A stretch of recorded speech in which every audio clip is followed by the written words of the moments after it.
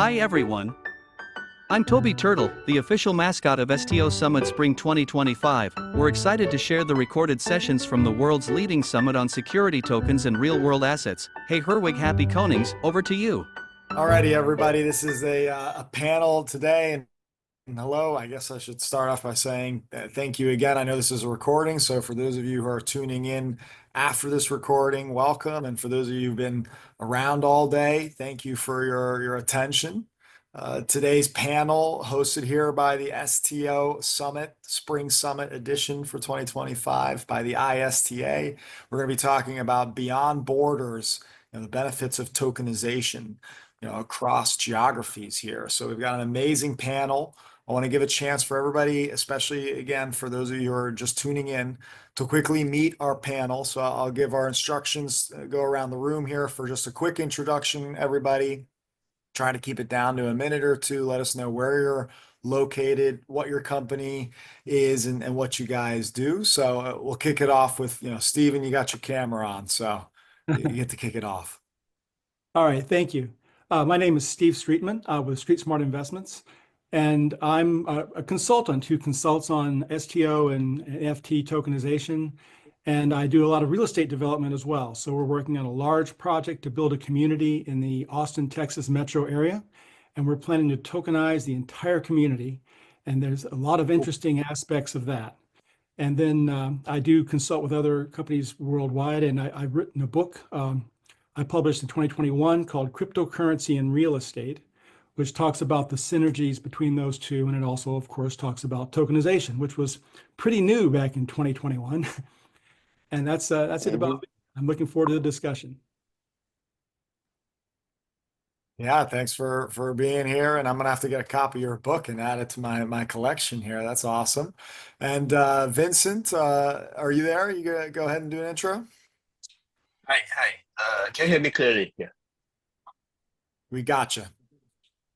All right. So, I will on my camera for one sec, but yeah, I'm Vincent Yeo. I'm currently from Malaysia. Right now it's around 4:30 a.m. for me. But yeah, what we do is we help SME, small media enterprises around the world to raise fund in the crypto ecosystem. So what we do is, let's say they are looking to expand their business, they can come to us and look for a short-term debt financing. Amazing, nice. And let's round it off to Lawrence here. Yeah, I'm here. Yeah, I'm a computer scientist and economist, and yeah, I've been working. I was working on the core developer on the TCP/IP protocol back in the early '90s. No, it was not early '90s.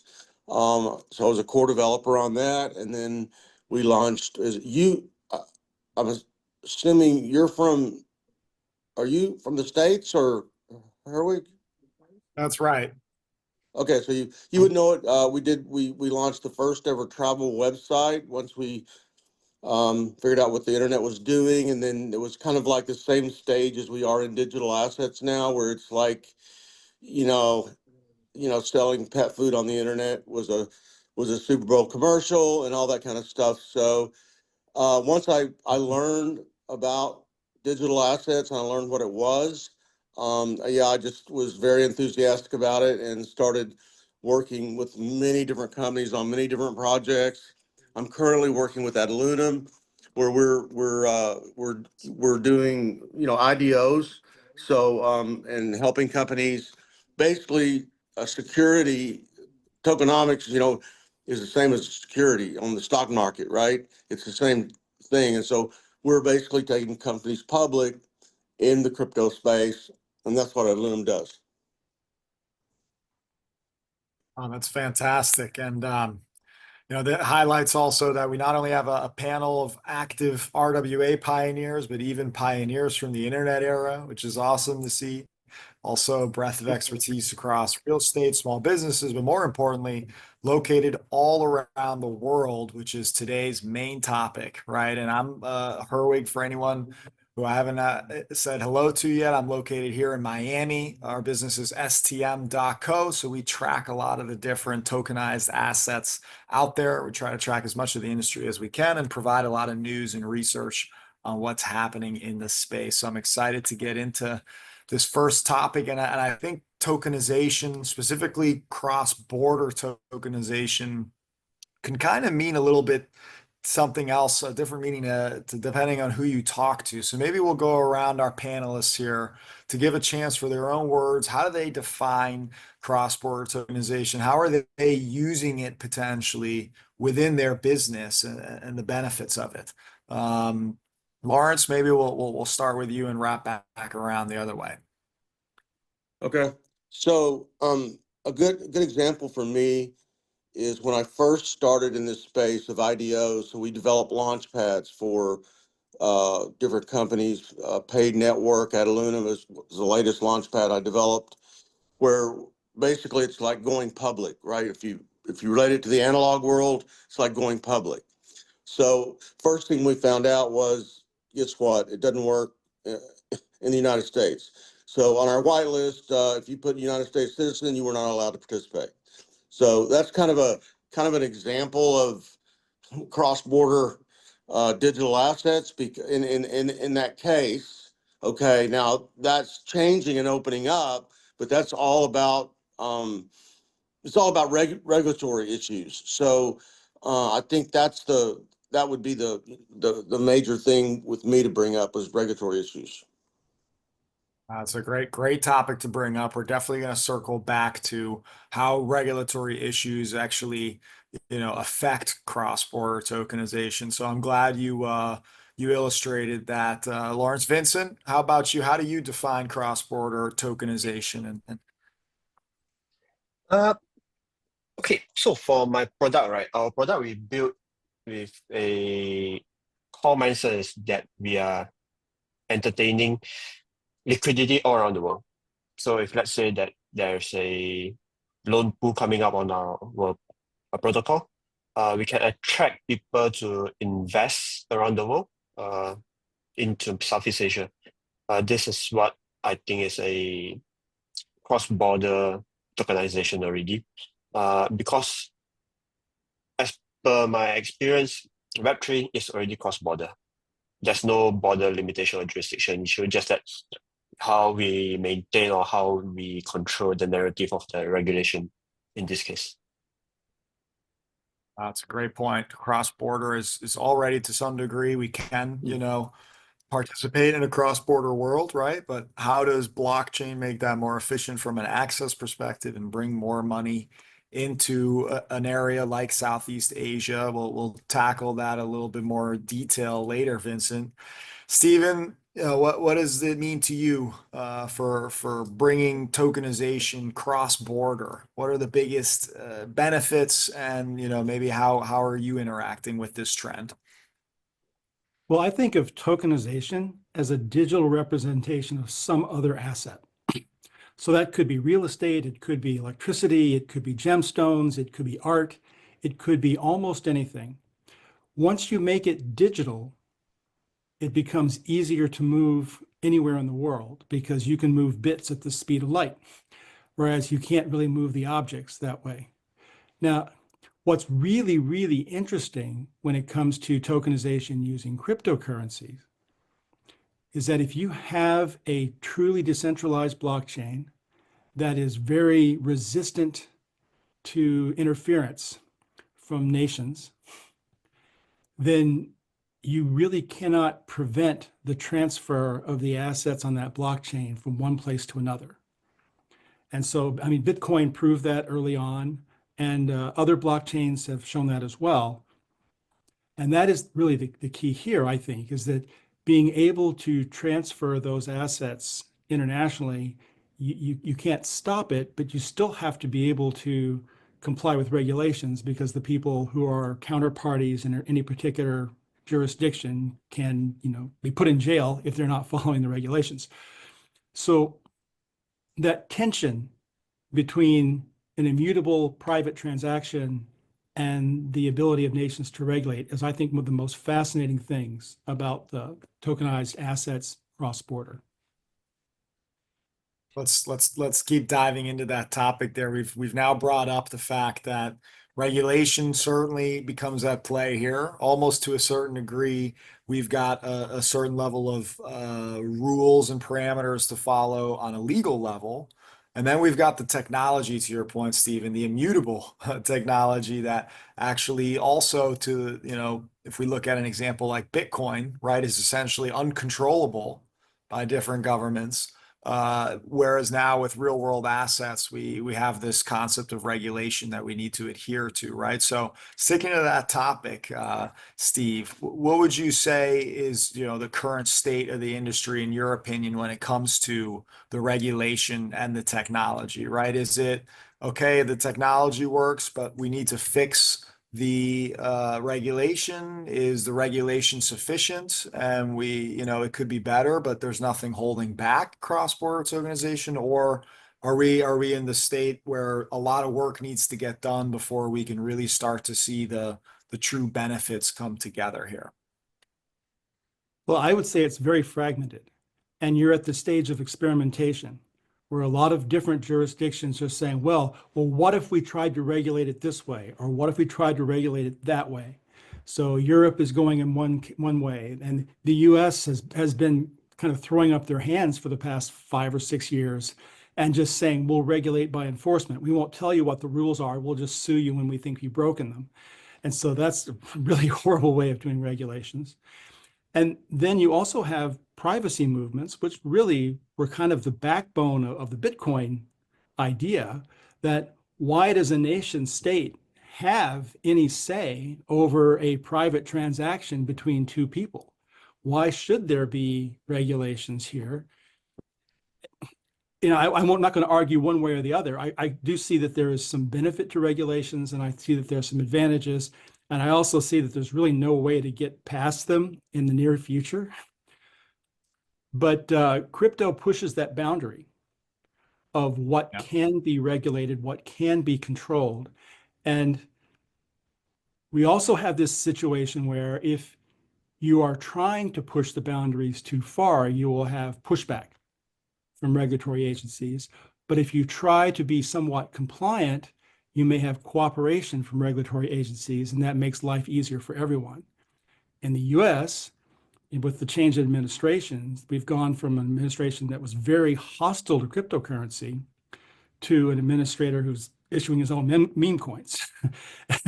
and you have you've fired the SEC head who was anti-crypto and put in place someone who's more or less pro-crypto. And there's a potential that we will actually get very usable and very reasonable regulations in the US. But then if you look at over the past few years, I'm not sure how many people here are familiar with Operation Choke Point 2.0. That was the actual federal bank regulators where we're more or less telling the banks underneath, behind verbally, without actually putting it in writing, without actually making it official, that if they had too many crypto companies that they were actually funding and working with in banks, that they'd shut them down and audit them. And this was illegal according to US law, and yet it contributed to the Silicon Valley Bank being essentially dissolved and going out of business. They had plenty of crypto assets where they could have survived the run, but they were not allowed to use them by the bank auditors, and so they ended up failing. So you had a very hostile and non-publicly hostile group in the Federal Reserve working against them. Now, I think that's going to change. I think there's a lot of thinking that is reversing around these regulations. So you have now jurisdictions that are adopting cryptocurrencies as legal tender, and you have jurisdictions trying to create their own cryptocurrencies like CBDCs, which may or may not be a good idea because those will probably be on private blockchains that are tightly controlled by the governments involved. So you have this really mixed bag of trying to move forward in some ways, but trying to retain the kinds of regulatory control they had under TradFi in other ways. And I think it's such a mixed bag. I don't know what's going to end up coming out in the short term, but I think some of the experiments will fail and some of them will succeed. And at some point, the economics will drive so it becomes a little more unified. But I think that's probably 3 to 5 years out. An interesting point you bring up there, Steve. You know, not just looking at it from, you know, how do we deal with regulation today to make sure, you know, we're adhering to the regulators, but also looking forward to what might be able to change tomorrow, not just because of, you know, protecting against anti-money laundering or things like that, but more of your philosophical rights, right? As an individual to be able to say, do an individual transaction. I think that's why we've seen crypto become a political issue here in the United States, as well as, you know, globally. It always has been. But I do want to take a pause real quick. I know we have another guest joining us. And for those of you who haven't had a chance to meet Matthew yet from today's earlier sessions, or maybe you're just viewing this video for the first time as one of the very first recordings of this. So want to just pause really quickly. Matthew, please give us a quick intro, 1 minute, just who you are, where you're located, since we're talking about cross-border transactions, and of course, a little bit more about building and maybe your role also with the ISTA, if you like. Well, thank you very much for taking a moment to pause this good conversation and let me in. I know I was a little late, but I had a last-minute cancellation on my meeting, and I'm glad to be here because cross-border transactions is very exciting, and we do have a lot to do with it, and it pertains to a keynote that I just gave about standardization, and I think that ties into not only what building does, but what we're trying to do to support this very confusing world of tokens across borders and understanding what asset you have, what data is there, how did you get the valuation, and how can I actually trust that? Am I going to use a piece of real estate in another country that I've never heard of as collateral? And is the bank going to do that? Well, these are big questions, and that's what we're working to resolve. So my name is Matthew Schneider. I'm the CEO at Building Inc. We're focused primarily on real estate and adding a bit of transparency through the data collection, verification, and utilization process. Can we collect data on these assets, get a valuation, have that be trusted and tradable in the grand scheme of things? So it's really great to be here as a moderator of some of the ISTA panels. Herwig, you know, we've had our conversations earlier today, and now I'm on the other side of the table as a guest. Well, I'm gonna keep jumping on you here. In fact, you already brought up a little bit to what I asked all the other panelists earlier before you might have joined, which is now you bring up yet another theme for today's topic, which is trust, right? Trust between international transactions is a pretty big deal. So just in your own words, really quick, Matthew, define what cross-border transactions means to you. And sort of how, of course, as you mentioned, a little bit more on how building is actually helping or interacting with this trend. Well, there's layers to cross borders. Of course, you're dealing with different jurisdictions, and so there's the regulatory aspect, but that's sort of low-hanging fruit. We know that every country has its own laws, but what about practices? How do the institutions handle financial instruments? How is real estate built, right? That's a big question because believe it or not, it's different in the US than it would be Europe or any of the other continents. I should say North America as a continent, right? So there's all this variation, and we have to have some sort of method for approaching a tokenized RWA and understanding its composition. What is the smart contract? What is the financial instruments, the equity, the debt? Am I actually going to be paid out? Is something being used as collateral, right? If the property owner defaults, is there a real strategy in place to redeem some of that value? And then what is the value that's being produced? How is that being produced? You have to think about hot and cold markets. You have to think about rent caps and how much purchasing power, right? There's going to be different values for rents and what people are paying into that. And you have so many different so much different information that we have to be able to overlook rapidly, right? It's already a little tricky choosing what blue chip stock you want to buy into. And now you have all of the world's multi-quadrillion dollar financial instruments to choose from. And that can be a little overwhelming. So I think in the cross-border tokenized economy, being able to not only have these investment products available to us, but to understand them and to make good decisions. And if we do make a bad decision, hopefully have some liquidity to get out of that position and rebalance our portfolio. That's the Wow, that's an cross-border opportunity, awesome. I think. That is an awesome vision of what I believe is also the future of connecting the world, if you will, on a global operating system. We brought up a couple of different trends now, so let's keep going back to what we were earlier about regulation being a key issue in this topic. Vincent, you mentioned also regulation in your reasoning. Why don't you talk a little bit about Southeast Asia in the same way of, do you see regulations holding back cross-border transactions? Do you feel like it's already in place for the industry to succeed, or for you to start taking more capital from abroad? Or do you think there's a long way to go when it comes to regulators and even potentially cross-border regulators, cross-jurisdiction working together? What's your position? I mean, in Southeast Asia, the regulators are taking a much more proactive approach, right? In Malaysia specifically, where I'm from, they actually just started a regulatory sandbox sometime around last month, around 17 or 18 April.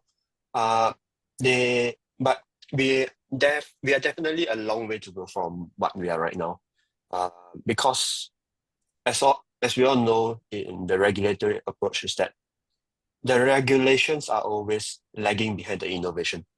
This is a fact across all the regulators out there. Then on top of that, in places like Singapore, technically they are the first few countries that approve centralized exchange to be licensed. But in Malaysia, we are the first or second in the country or in the region, right? So this is a very new approach, and regulators are here to still learning what is blockchain and how they can protect their traditional finance ecosystem. Because traditional finance ecosystem is what we are looking at, mass market play. When the regulators know what they are dealing with, they can step on the gas, and we see a much more holistic regulatory approach here as well. But after all, we really still have a long way to go in the region. But with the current regulator, I'm pretty sure that we will advance, I think, faster than any region, than Europe, especially with their MiCA regulatory, than in US as well. I'm sorry, but this is my pro Southeast Asian view. No, it makes total sense. And in fact, we see this concept of regulatory arbitrage that exists today, right? As the United States is slow to react. Certainly other countries may be able to attract more capital or build a better ecosystem. That we've seen many entrepreneurs, offshore outside of the United States. And frankly, most of the markets, at least in the crypto side, dramatically are driven by, the Asian countries. So Yes. I think it's very important to recognize how that trend might fall into RWAs and tokenized assets, because that means a lot of the distribution and a lot of the money that's moving around is in fact over there. And maybe I'll switch it over to Lawrence with a similar question. Do you see this as a trend that will benefit the United States in terms of connecting more potential investors to US assets, or vice versa, American investors being able to participate in international investments easier? Or, do you have a different take on this? Well, yeah, for sure. I mean, right now, our stock markets are available globally, and so are the other exchanges. But to get access into them is a different story, right? So, in the case of stocks, you don't have self custody, right? It's the broker that has the custody of your stocks, right? So, but a good example, like going back to this the largest real world asset is stable coins, and it's probably somewhere around 300 billion now. And since I started working in this industry, I don't think I've maybe 2 or 3 times I've been paid in fiat currency. Okay. So, and all of my people that I work with are different countries all over the world, and they're being paid in USDT mostly. And that's a real world asset they're participating in. And even though like we have people working in Argentina, and which is how bad the situation is there, and I question them like, so I send you the USDT, how do you get fiat, because they got to buy groceries, right? So and in the background behind any kind of regulatory thing, which except maybe MiCA in Europe, which is one of the stupidest regulations ever, because they're forcing the stablecoin holders to put their money in banks, and banks fail.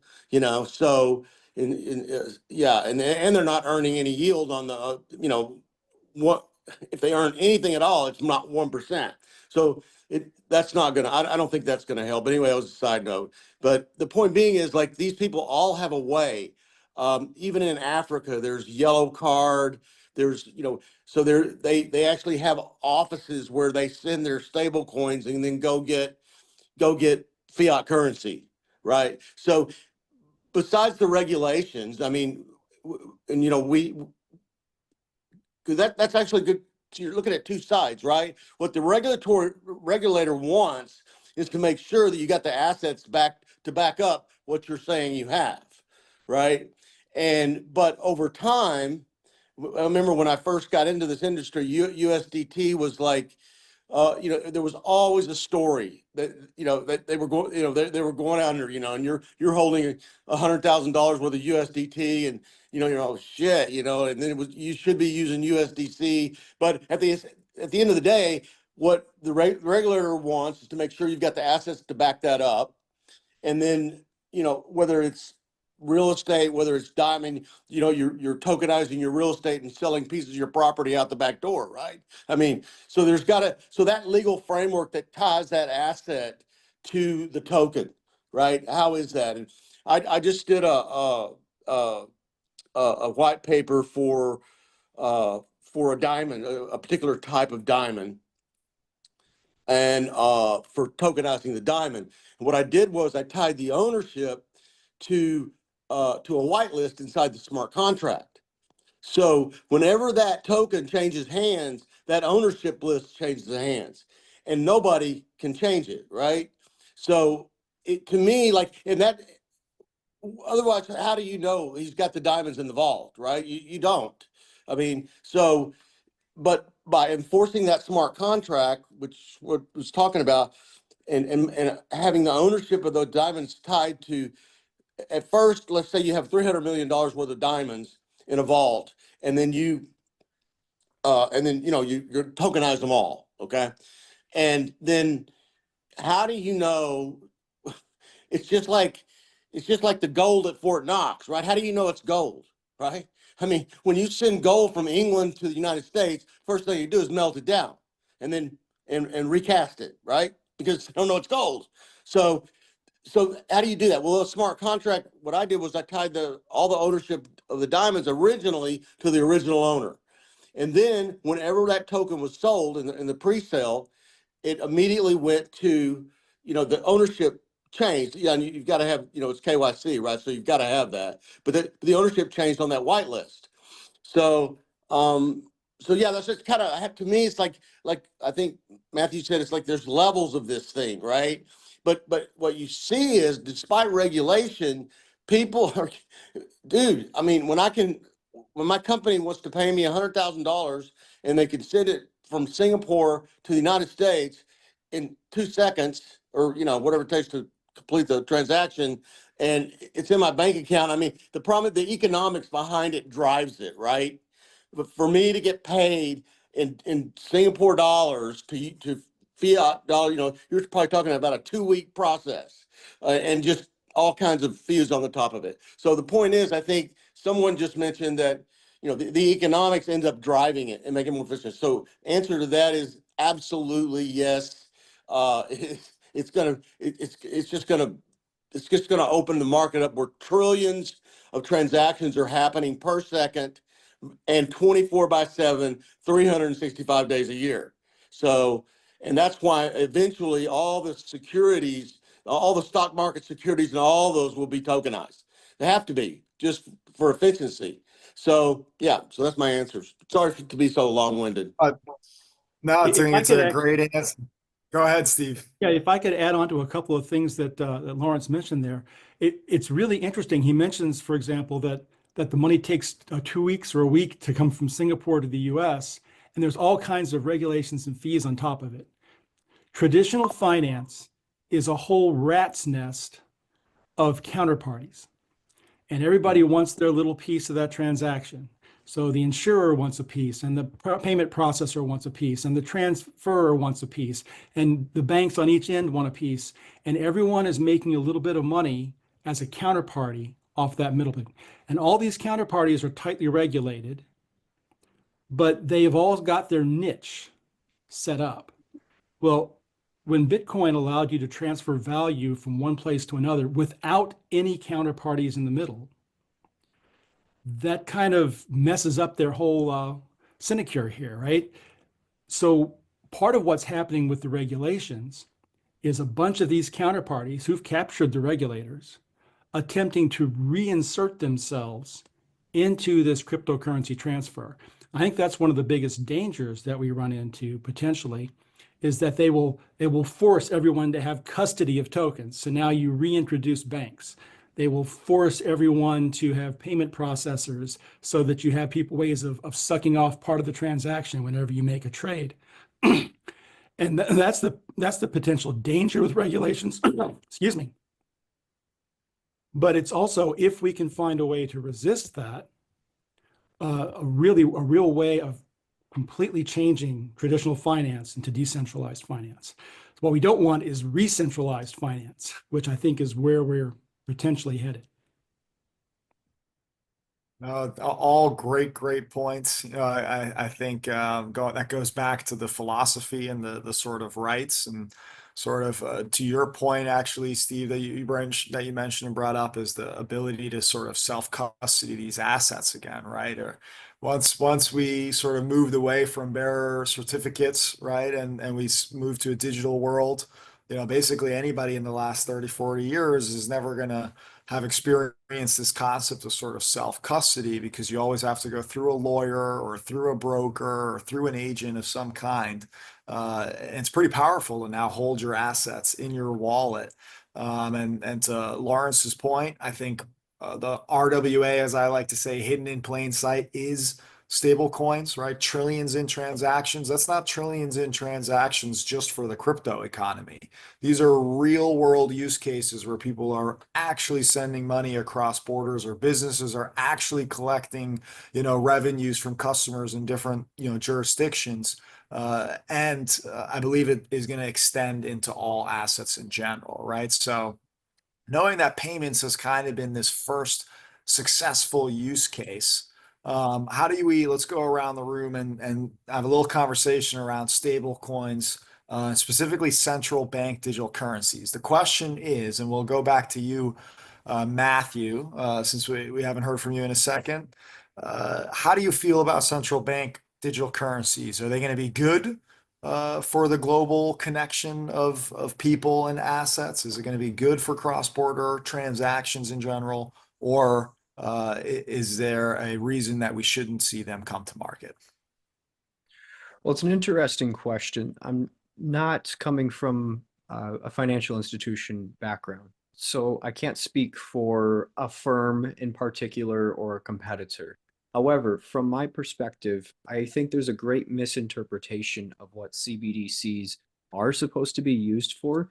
They're really for interbank transactions. However, they can be easily convoluted with this like end of the world methodology that there's going to be one currency to rule them all, which is why people resist against such a concept as a CBDC, where you say, well, everything can be tracked. We all have to use it. We're all going to be online. They can take it from our wallets. And naturally, that conflicts with the more libertarian ideals of the people in the Bitcoin community, where they say, well, I want something that is outside of the hands of the major institutions or the government. So you do have that conflict there. But I think, generally speaking, the deployment of CBDCs is necessary if we're going to be talking about atomic swaps and atomic settlements. It's a necessary tool, especially when you have so many different currencies and blockchains that have arisen. You need some sort of common ground, at least to offer the sort of efficiency, operational efficiency that we're saying can come with the technology. So, and again, I can't say that I'm a bank and I've deployed it and this is how I'm using it in particular, but from my assessment and research, I think that's how I would approach it. I do think there's gross misuses of it, but at the same time, we have to understand that as a technology, it was intended for those interbank transactions. And I do think it's a decent bridge conceptually, right? Just to have some sort of common tool, and you have to move forward with that, because you're not always going to get everyone playing on the same infrastructure. So at least we can try to be interoperable, and I think that's the step forward.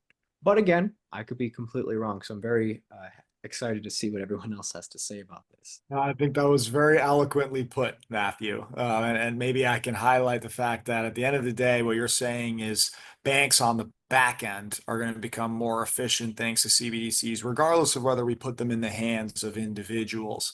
And I think that is important, especially when we talk about markets and settlement between securities and, cash.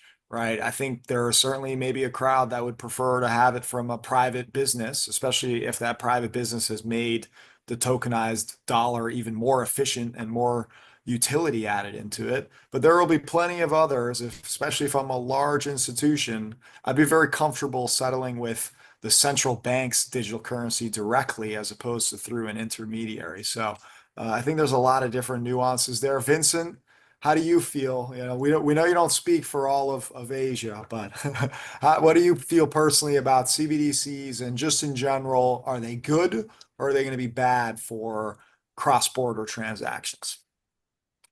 I would say the atomic transactions would definitely speed things up for the net. Basically, it's a live settlement for all transactions across border, right? Because for the current settlement process, we call it T+2.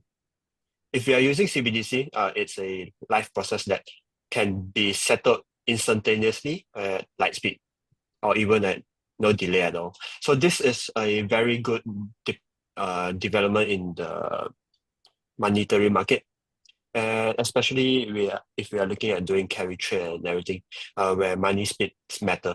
So definitely this is but due to the CBDC nature, right, it's a bit like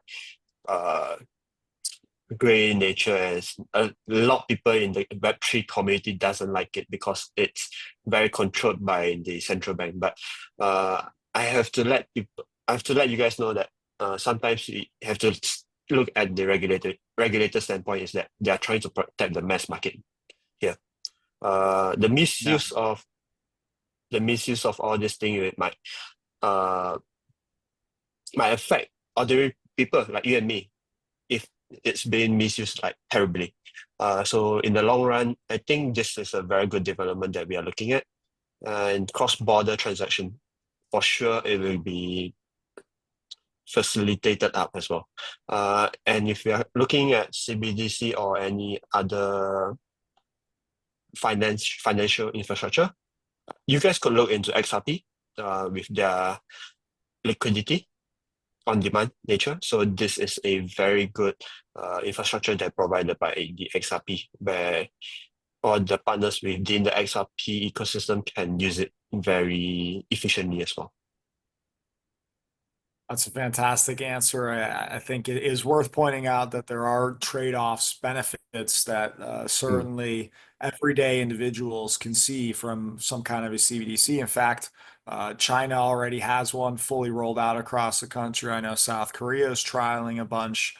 We see this about over 150 different banks around the world have been exploring wholesale or retail style versions of CBDC. So I think this is a bit of an inevitable technology. I think the entire panel is capturing how important it is we get the rules and regulations of how the government can use it, down to make sure individual rights are protected. And I think you're always going to have the dichotomy of that's why there's Bitcoin, and that's why there's, at the end of the Well, day, all yeah, just, you issued can't. that way.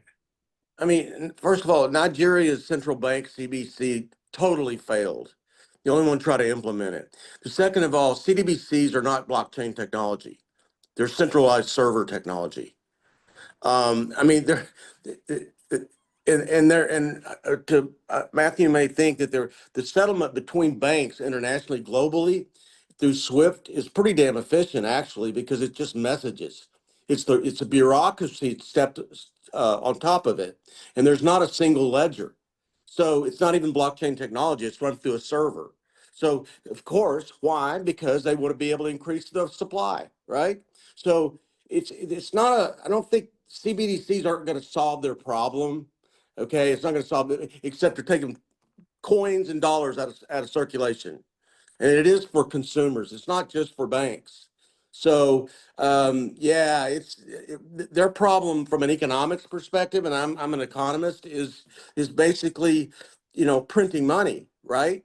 So if you're controlling the server and you're controlling the CBD, you want to increase the M2 money supply, no problem. It just makes that easier for the government. So I don't think they're, from looking, and I could be wrong, but looking at it from having been in technology for almost 35 years, and mainly with the internet, looking at the problem that they're trying to solve with it and the ability for them to do it, I don't think they can. I don't think the technology, blockchain technology, is so efficient that's going to prevail. And then you get the libertarian, all that stuff. They can watch every single transaction that you do. If they decide you're buying too much bacon, you're a Muslim person and you're buying bacon at the grocery store, they'll just turn it off. You can't buy any more bacon. So yeah, it's a dystopian type of system. And if they my interpretation of their reasoning to implement is to get rid of the hassle of currency, right? It eliminates the hassle of a fiat currency. Okay, so in that case, it's kind of true. You just got a card with it. You got to have a wallet. And I mean, but I don't think it's going to be that. I just don't think it's going to be implemented globally. And the other point is, it's by characteristic central bank. It's not cross border. Okay, it's United States has their own CBDC, Brazil has their own CBDC, and those two systems are going to have to talk to one another. But right now they talk to one another via SWIFT messaging. So that's my opinion of it.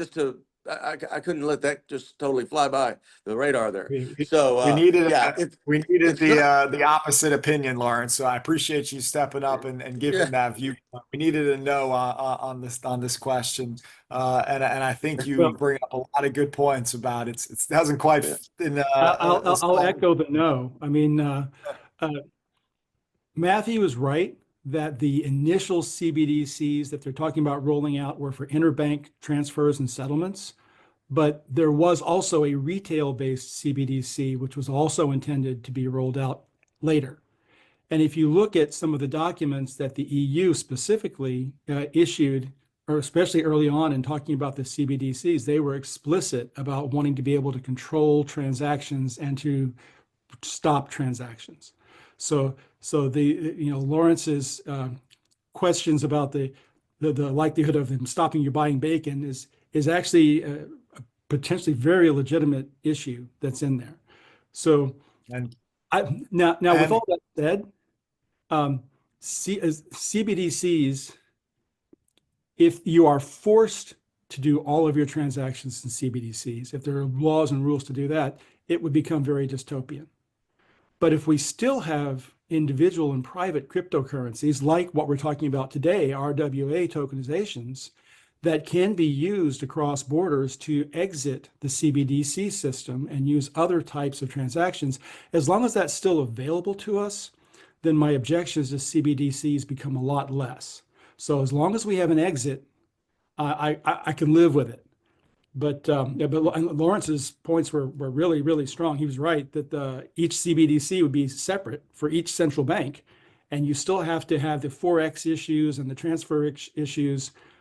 They might be faster, they might not, but he's right that it's the bureaucratic regulations on top of the actual transfers that slow those transfers.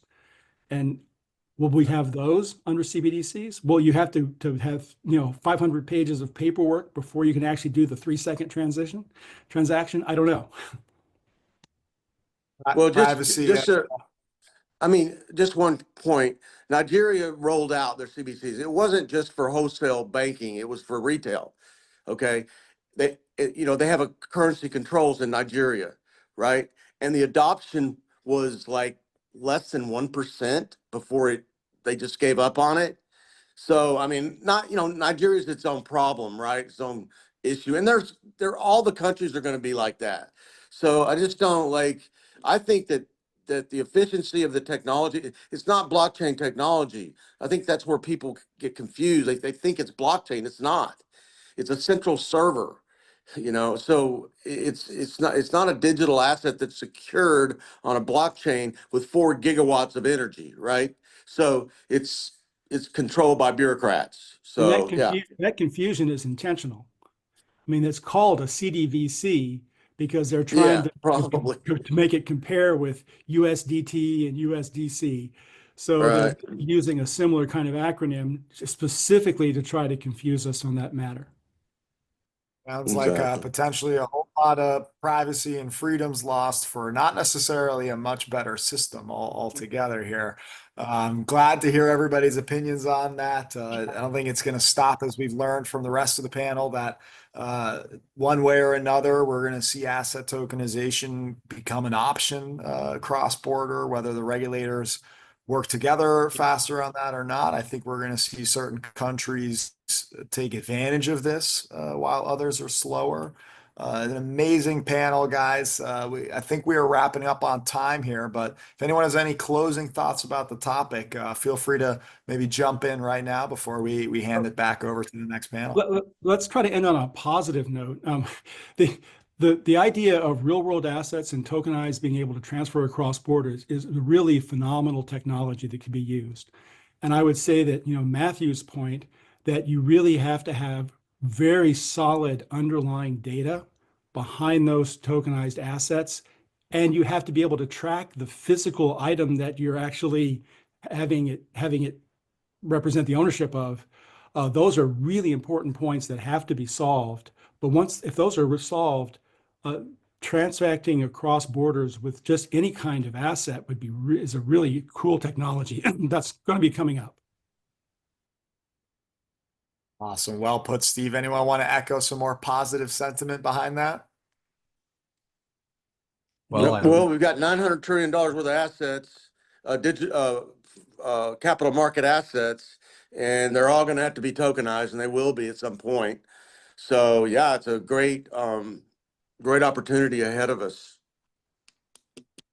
And thank you, Stephen, for the kind words. I do have to say, I feel like my statement about CBDCs got sawed off in half, right? I'm just separating the technology from some of its use cases, some of its terrible use cases.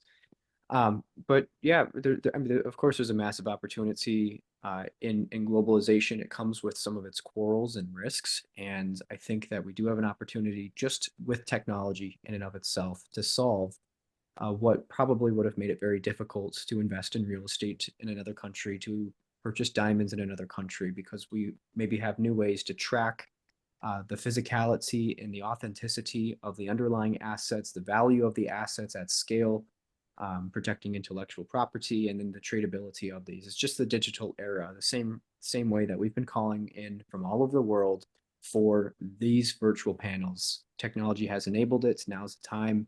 We get to be alive in a very lucky transformation that's happening in the capital markets, and we're all actively building it, which is very cool as well. So like, hats off to us. We're the Rockefellers and Morgans of the next industrial revolution.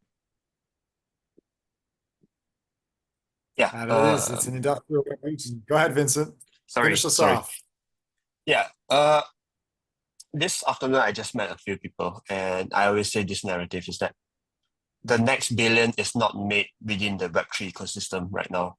It's how we can onboard the Web2 people that is curious with Web3. That is the where's the money is going to be made. And with tokenization coming up, I believe this is where the biggest play or narrative that we can make out of, especially from the people in this panel. Connecting the world to everyone's assets. I don't think it would be possible without the blockchain. So that's why I'm excited to see this trend come together. Thank you to the whole panel for illuminating this topic. And yeah, we'll give it back to Augustine. Happy tokenizing, everyone. Thanks for joining us at STO Summit Spring 2025. Stay curious, stay connected, and remember, the future is tokenized.